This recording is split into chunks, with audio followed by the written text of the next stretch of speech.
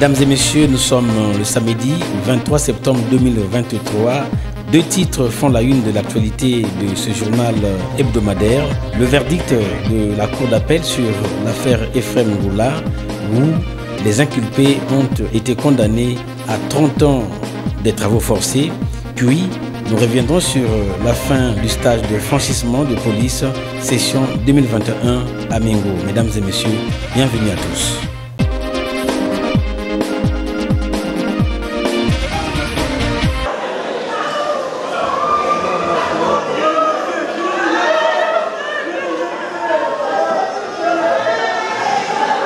C'est en fin d'après-midi du 21 septembre 2023 que la Cour d'appel de Pointe-Noire, au cours de sa session criminelle, a vidé son délibéré sur l'affaire Ngoula Ephrem. Un délibéré rendu par Étienne Lemba, président de la Cour d'appel de Pointe-Noire, pour restaurer la gouvernance de la justice au Congo, en rendant publique la décision de la Cour contre les 6 accusés ayant commis le 29 novembre 2021 un homicide volontaire sur la personne de Ngoula Ephrem. Statuant publiquement, contradictoirement, en matière criminelle, en premier et dernier ressort, sur l'action publique, déclare Kiakwama Kuka Bit, Mapuka Jordi Laurent, Combo Odilon Yann et Obé Bredner Narli, coupables du crime d'homicide volontaire mis à leur charge. Déclare en outre Itika Merveille Onel et Salgado Emmanuel, coupables du crime de complicité d'homicide volontaire mis à leur charge, en répression, leur faisant application de la loi, les condamne à la peine de 30 ans de travaux forcés chacun. Une décision de la Cour précédée le mardi 19 septembre 2023 du réquisitoire du procureur général près de la Cour d'appel de Pointe-Noire. Un réquisitoire qui a battu en brèche la thèse d'une noyade d'Ephrem soutenue par les 6 accusés plaidant non coupables. En se fondant sur le meurtre, Justin Roger Issa a fait recours aux articles 295, 304 alinéa 3 du Code pénal et 300 suivants du Code de procédure pénale pour donner la sanction du ministère public. Un réquisitoire suivi des plaidoiries des avocats des parties civiles et de la défense ayant plaidé la chapelle de leurs clients. Une audience criminelle qui s'achève, laissant un goût amer aux accusés et une joie manifeste aux justiciables.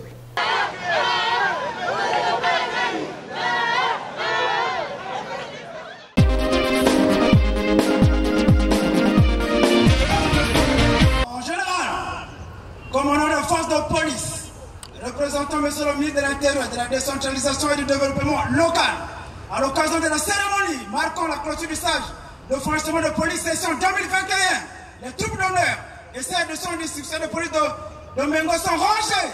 Je vous invite respectueusement de passer en revue.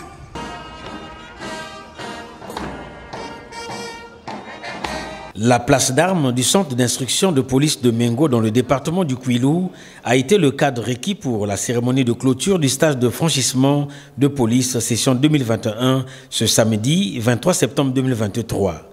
Cette cérémonie placée sous la houlette du général de police de 2e classe, commandant des forces de police, le général Jean-François Ndengue, représentant le ministre de l'Intérieur, a regroupé plusieurs responsables de la police et les autorités politico-administratives.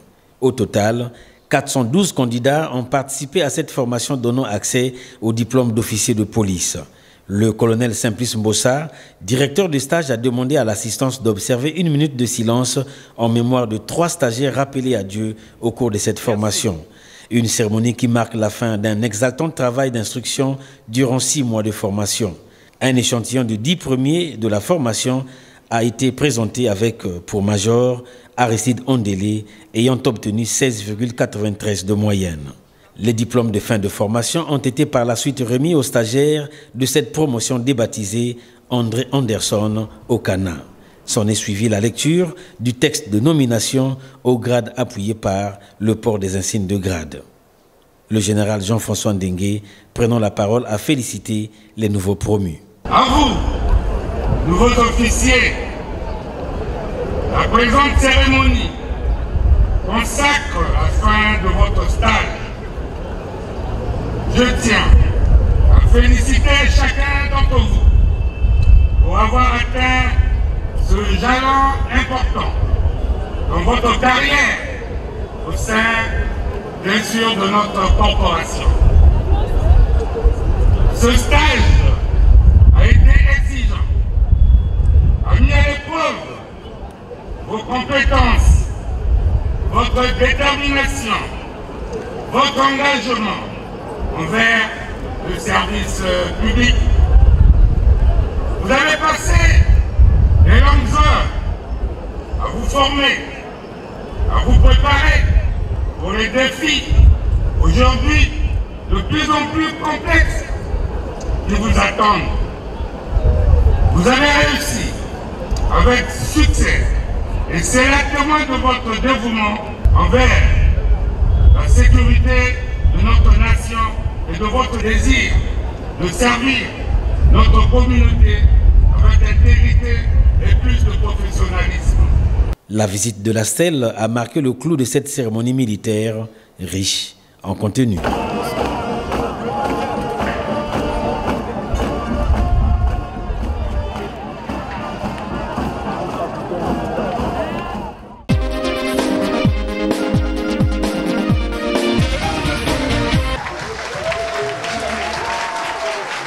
Plus de 400 élèves des écoles primaires et collèges de Mbota à Pointe-Noire ont reçu des kits scolaires pour la rentrée des classes 2023-2024 qui pointe à l'horizon. Cette action dénommée Opération Sac à dos est une initiative de la dynamique Grand Mbota pour la citoyenneté active. Ces élèves bénéficiaires de ces fournitures scolaires sont les 5 meilleurs sélectionnés au niveau des écoles primaires et collèges, 8 février 1964, Raymond Moutou, Chinyambi et Mbota. La remise de ces kits a été faite le vendredi 22 septembre 2023 à l'école primaire de Mbota en présence du président de la dynamique Grand Mbota pour la citoyenneté active, Denis Girès Kumbambuka. Au nom des responsables des écoles bénéficiaires, le directeur de l'école primaire de Mbota n'a pas caché sa satisfaction. Nous sommes des encadreurs, des enfants de Mbota. Si lui, il prend le micro et met en place cette dynamique, c'est pour dire aux parents de Mbota, c'est pour dire aux enfants de Mbota, et c'est pour dire aussi aux parents d'élèves que vous n'êtes pas délaissés, que vous n'êtes pas laissés pour compte, mais vous avez un fils qui a pensé aussi à vous. 2 bénéficiaires interrogés ont tout aussi exprimé leur satisfaction tout en remerciant le donateur.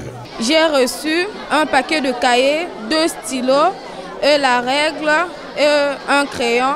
Je remercie le président Denis Girès qui nous a offert les kits scolaires. Il y a certains parents qui n'ont pas eu l'argent parfois de payer les enfants les droits scolaires, bien d'acheter le sac, mais lui quand même il a eu l'idée de nous le faire cela. Et c'est pour ça que je suis vraiment reconnaissant pour tout ce qu'il vient encore de manifester.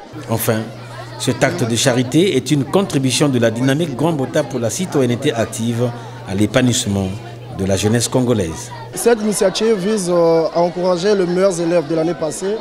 C'est une façon pour nous de booster, de s'aimer une concurrence positive au niveau des écoles publiques de Mbota. Et c'est une façon pour nous d'encourager les meilleurs. Et un quartier développé, c'est aussi un peuple éduqué. Donc c'est de cette façon-là que nous avons pensé à faire ce don. Le but, c'est aussi de suivre ces élèves. Nous allons suivre ces élèves. Il y a 485 élèves normalement recensés. Les 5 premiers de chaque classe de l'année passée que nous allons suivre. Et le but, c'est de garder cette constante jusqu'à la fin de l'année. Donc nous voulons suivre ceux qui sont au primaire pour les emmener jusqu'au collège et ceux qui sont au collège pour les emmener jusqu'au lycée.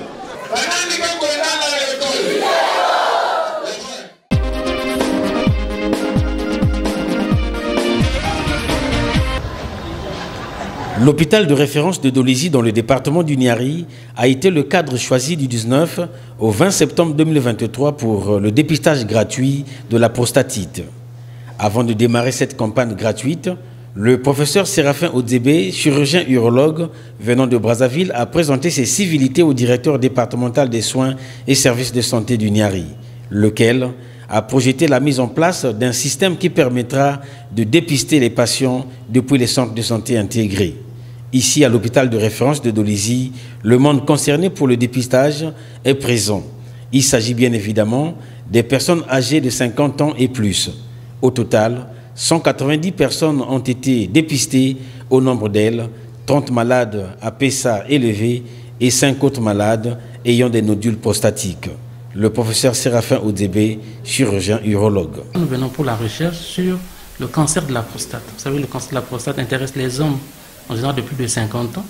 Il faut faire le diagnostic à temps et puis comprendre un peu le mode de vie des populations pour savoir pourquoi certains font le cancer, pourquoi d'autres ne le font pas. Donc, dans ce cadre-là, nous sommes venus prendre en charge sur le plan diagnostique des patients qui ont le cancer de la prostate en faisant des biopsies prostatiques. Le suivi, il faut l'organiser, mais pour l'heure, nous voulons d'abord savoir lesquels ont le cancer de la prostate et comprendre un peu pourquoi est-ce qu'ils ont fait le cancer de la prostate. C'est ça. Mais après, au-delà de cela, ça veut qu'il y a un diagnostic, mais au-delà du diagnostic, il y a un traitement que nous allons proposer. Ça veut dire que nous n'allons pas prendre en charge le traitement, mais nous allons proposer aux patients quel traitement qui correspond à leurs problèmes. Et nous pourrons aborder la prise en charge avec les autorités des hôpitaux que nous avons visités. Si les plateaux techniques le permettent, si ça ne le permet pas, à ce moment-là, les patients peuvent être pris en charge à Brazzaville, là où nous travaillons dans un plateau technique qui est un peu plus amélioré. Une initiative encouragée par les pouvoirs publics. Je lance un appel à notre hiérarchie, au pouvoir public, d'encourager ce genre d'initiative et d'apporter encore des moyens pour que ce genre d'initiative, de projet de recherche soit accompagné et que cela se fasse dans toutes les spécialités possibles, si possible. Et comme ça, nous allons atteindre nos objectifs, les objectifs notamment élucidés par le ministre de la Santé. L'offre de soins à tous et le bien-être de toutes les populations. Au terme de la campagne, quelques patients n'ont pas manqué de réagir. Je suis venu ici à l'hôpital de référence de Dolisie parce que nous avons l'information de ce qu'il y a des visites gratuites qui sont en train de faire pour dépister les cas de maladie des hommes de troisième âge, et puis, prostate et bien d'autres. Donc c'est une bonne chose, c'est pour cela que je suis ici à l'hôpital de référence ce matin. Parce que nous ne contrôlons pas souvent notre santé et si tout le monde pouvait être dépisté, ce serait une bonne chose. Donc nous demandons à ce que ceux qui ont l'information, qu'ils puissent vraiment se présenter auprès de ceux qui font le dépistage. Ce serait une bonne chose. Je n'ai même pas payé un franc. Mais ceux qu'on a découvert avec la prostatite, l'essentiel c'est qu'ils viennent dans des hôpitaux où ils résident pour se faire traiter. Le toucher rectal et le dosage sanguin de la molécule appelée PSA, voilà les examens primaires réalisés par l'équipe médicale.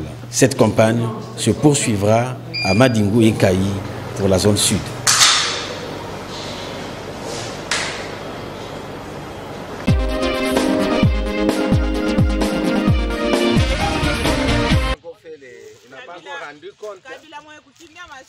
À travers VOA et ses parts internationales, United States Agency for Global Media, UACGM en abrégé, a organisé au Kenya, à Nairobi, à l'attention des journalistes, une formation sur leur sécurité dans les zones hostiles. Cette formation tenue du 11 au 17 septembre 2023 a regroupé 100 journalistes africains essentiellement de la République du Congo et de la République démocratique du Congo répartis en 4 groupes. Les 2 premiers jours de la formation étaient consacrés à la théorie. Les participants, pour la plupart déterminés, ont bénéficié de cette formation par des échanges d'expériences. La question de sécurité a été appuyée par le secourisme. Ici, il y a eu une séance pratique, laquelle a permis aux formateurs d'évaluer le travail individuel mais aussi collectif des participants sur l'immobilisation des membres inférieurs et la stabilisation d'une hémorragie, exercice placé dans le tableau A du secourisme.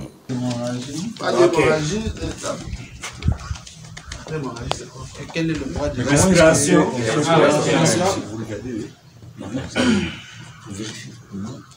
Non.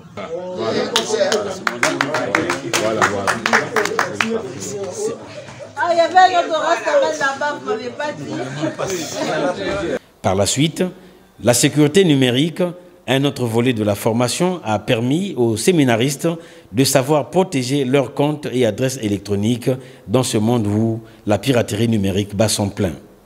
Au dernier jour de la formation, les participants ont été conduits dans un camp de concentration militaire situé à plusieurs kilomètres du centre-ville de Nairobi. Ici, Les exercices ont été très durs et pour ce faire, la vigilance des journalistes dans cette zone qualifiée d'hostile devrait être de mise. Contre toute attente, les séminaristes ont été surpris par un groupe de bandits armés. Une simulation donnant l'allure du vrai pour certains qui ne savaient plus que faire.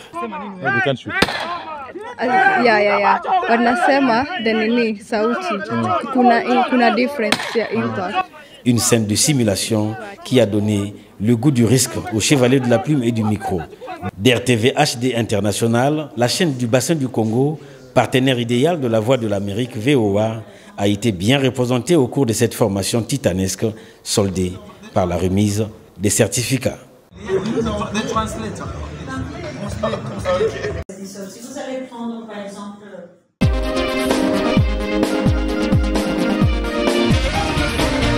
C'est au centre de santé intégré de Moupépé, dans le 2e arrondissement de Dolisie, qu'a été lancé le jeudi 22 septembre 2023 par le préfet Gilbert Mwanda le paquet d'interventions à haut impact pour la réduction de la mortalité et de la morbidité maternelle et infantile dans le département du Niari. Les femmes enceintes et non enceintes ainsi que leurs enfants ont pris part à cette cérémonie. Prenant la parole en premier, le docteur Martin Inana, directeur départemental des soins et services de santé du Niari, a planté le décor de la cérémonie, rappelant ainsi le mobile de ses retrouvailles. L'objet de cette cérémonie est de mettre au centre de notre action commune l'accès des populations dans nos villages, quartiers, le paquet d'intervention à haut impact. C'est quoi le paquet d'intervention à haut impact? C'est un ensemble d'interventions dont l'impact sur la mortalité maternelle, néonatale, infanto-juvénile est scientifiquement prouvé. Ces interventions doivent être mises en œuvre dans toutes les aires de santé du Niari avec la pleine participation des communautés sous le leadership des autorités locales. La relance des interventions de santé à haut risque s'impose dans le département du Niari. La relance de la mise en œuvre des interventions à haut impact dans tout le département du Niari s'impose pour relever ces défis. Elle visera à rapprocher les soins et les services le plus près possible des populations, en déployant des équipes dans les établissements de santé et en stratégie avancée dans les quartiers et villages. Ces interventions porteront, entre autres, sur le suivi de la femme enceinte, la vaccination des enfants et de la femme enceinte, le déparasitage systématique, la supplémentation en vitamine A et la surveillance nutritionnelle. D'ailleurs, je profite de l'occasion pour demander à tous les sous-préfets, les maires d'arrondissement et des communautés urbaines du département à veiller à la mise en œuvre de ces interventions à travers les formations sanitaires sous votre tutelle. Ainsi, le préfet du département du Niari, accompagné des corps constitués départementaux, a procédé au lancement des interventions de santé à travers la vaccination, le déparasitage ainsi que la supplémentation en vitamine A. Des moustiquaires imprégnés ont été mis à la disposition des femmes venues pour la circonstance. En matière de couverture vaccinale, le département du Niari est au bas du tableau sur le plan national.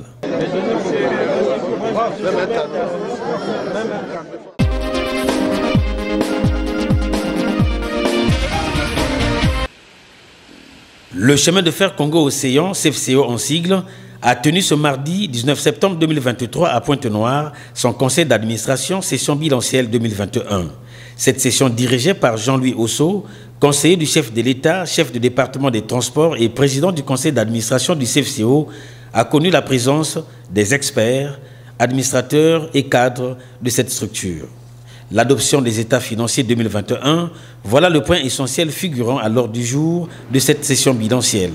Une session qui se tient au moment où la compagnie du rail est en cours de redressement pour sortir des multiples difficultés enregistrées.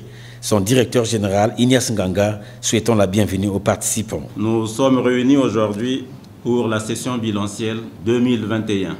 Nous accusons un retard dans l'élaboration des états financiers et aujourd'hui nous avons donc l'occasion de corriger partiellement cette lacune puisque nous allons pouvoir soumettre au conseil d'administration les états financiers 2021 pour adoption. Ceci correspond bien au programme que nous avions adopté pour rattraper ce retard. Nous avions prévu qu'au milieu de cette année, nous vous soumettrions les comptes 2021. Il nous restera après cela élaborer et vous soumettre les comptes 2022, ce que nous espérons faire, sinon à la fin de cette année ou au plus tard au début de l'année prochaine, pour que le retard ainsi accumulé soit enfin rattrapé. Sans transition, le président du conseil d'administration du CFCO a eu les justes mots pour ouvrir les travaux. Le chemin de fer Congo-Océan tient ce jour, le 19 septembre 2023, sa session bilancielle 2021. Toutefois, l'opportunité de l'événement permettra à notre conseil d'administration d'examiner des points allant bien au-delà de l'année, sujet principal de notre session. C'est dire l'ampleur de la tâche qui est la nôtre aujourd'hui. De prime abord, le rapport d'activité du premier semestre 2023 révèle l'immensité du travail qu'il nous faut accomplir pour afficher à nouveau des résultats positifs. Épine dorsale de l'économie nationale, le CFCO bénéficie de toute l'attention des pouvoirs publics et des autorités nationales, au premier rang desquels son Excellence, Monsieur le Président de la République, Denis Sassou Nguesso. Aussi, au-delà des constatations, toute notre énergie et le talent de chacun de nous doit concourir à imaginer des solutions qui permettent au CFCO de combler les attentes des populations et des usagers par un contrat moral de performance qui s'impose. Aussi, je nous exhorte au sérieux et à la rigueur de nos analyses et déclare ouverts les travaux de la session bilancielle du CFCO. Je vous remercie. Le chemin de fer Congo-Océan devra ainsi redorer son blason à travers l'abnégation de l'ensemble de son personnel au travail. La direction générale de cette entreprise attache du prix aux orientations de la tutelle en vue de raviver sa flamme. Je vous remercie.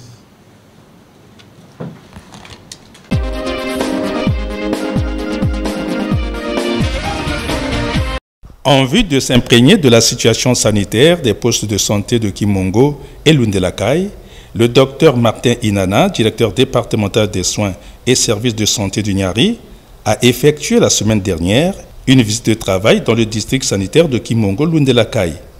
Avec sa délégation, Martin Inana a affronté l'état piteux d'un tronçon de route impraticable pour atteindre ce 5e district sanitaire du département du Niari. À l'actif des difficultés rencontrées, l'on retiendra le découpage déséquilibré du plan de développement sanitaire, la crise d'acheminement des médicaments et la récurrente question du manque de personnel sanitaire qualifié. Des difficultés qui trouveront des solutions à l'appui des relais communautaires de santé. Partout, le directeur départemental des soins et services de santé a remis à ces structures visitées des kits de médicaments comme stock de démarrage. Une occasion qui lui a permis d'instruire les agents de santé. Ça fait quoi sur la table? Sur une table de consultation, on a besoin des ordinogrammes ou des schémas diagnostiques ou des orientations pour te permettre de prendre de bonnes décisions. Tu n'as pas besoin de toute cette paperasse-là. Là, c'est quoi? Ça, c'est une salle d'archivage. Les archives qui sont... Des visites de routine permettant au directeur départemental des soins et services de santé du Niari de prendre la température des difficultés des districts sanitaires placés dans sa zone de compétence.